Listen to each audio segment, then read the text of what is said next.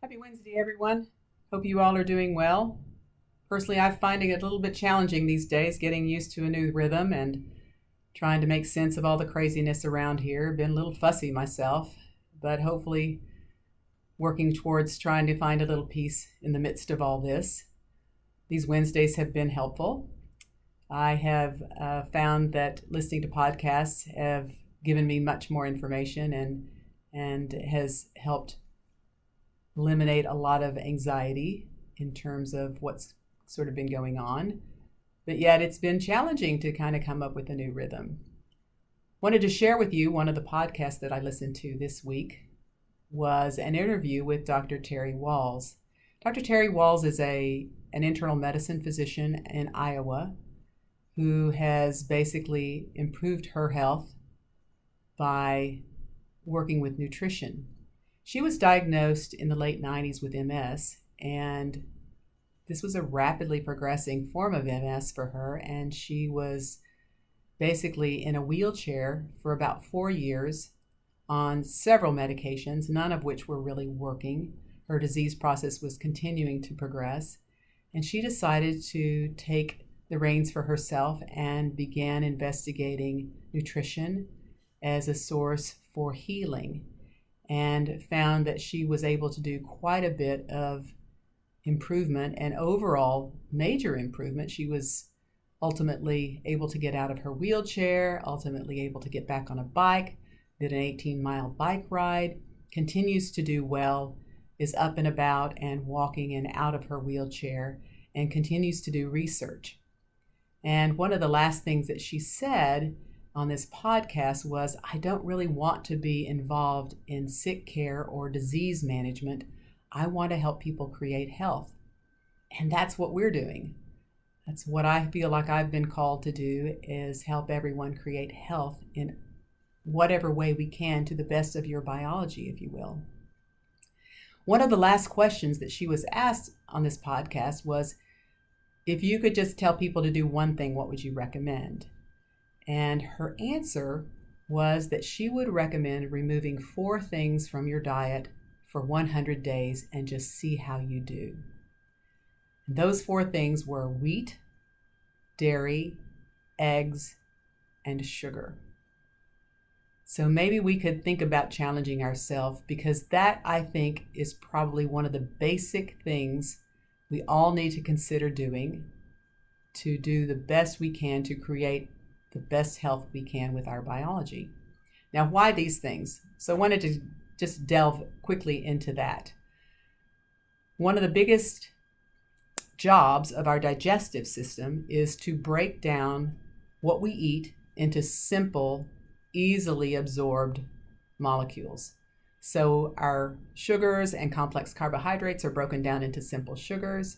Our proteins we break down into simple amino acids, and our fats into what are called essential fatty acids. But I wanted to focus in on these proteins because that is the biggest issue with wheat and dairy in particular, as well as eggs. And I just, aside as far as eggs are concerned, eggs are a great protein source and a wonderful food.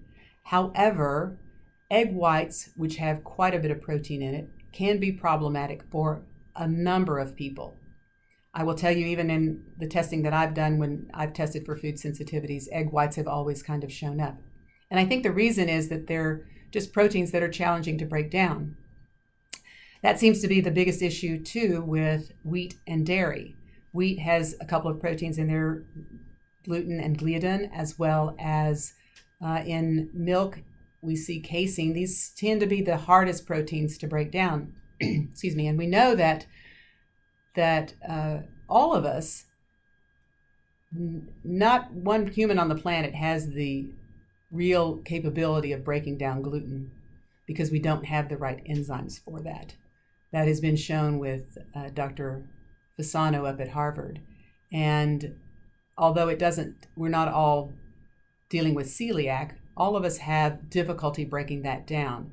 And I just want to kind of explain what the system does. I think the easiest way to think about how our digestive system works to break down proteins is to think of those proteins as a string of pearls. And each of those pearls has to be broken down, that string has to be broken down into single pearls so that the body can absorb those, what we call amino acids.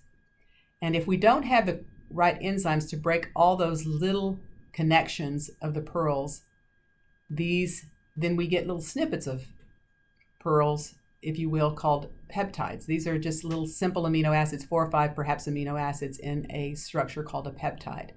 And the body really doesn't know what to do with that because it's not a single amino acid. And as a result, it can disrupt the gut.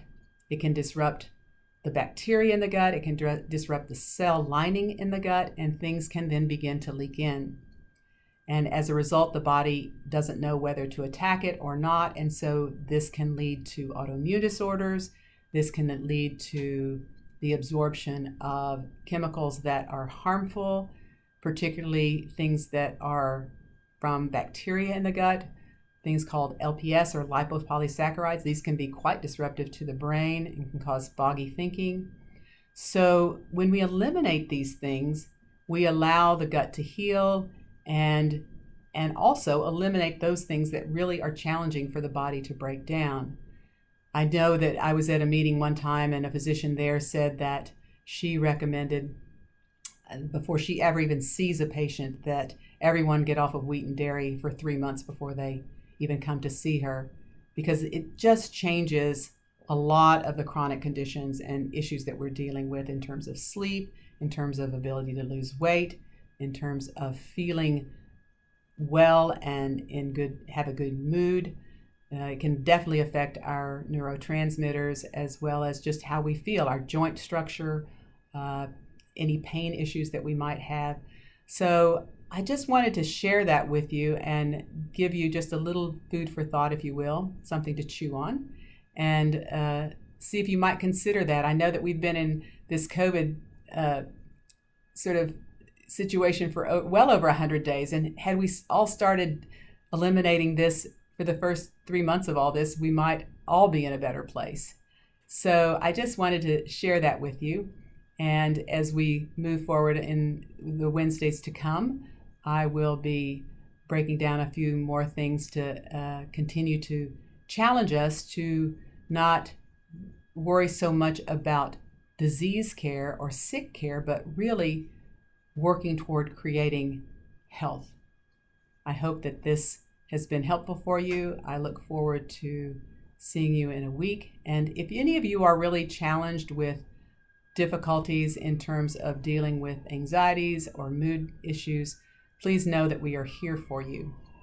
Another just quick aside, during this past week, there's definitely been amazing data that has come out that vitamin D continues to just really rise to the top as far as our care is concerned in terms of immune support, as well as new literature on melatonin in treatment for supporting the immune system, and even using these products in the hospital setting or even before hospital setting with patients with COVID. So just to reassure you, we are definitely on the right track with supporting the immune system with our vitamin D and melatonin, and continuing to use zinc and vitamin C as well. So I just wanted to sort of put that in here at the end. So you all take care, stay well, and we'll look forward to seeing you next week.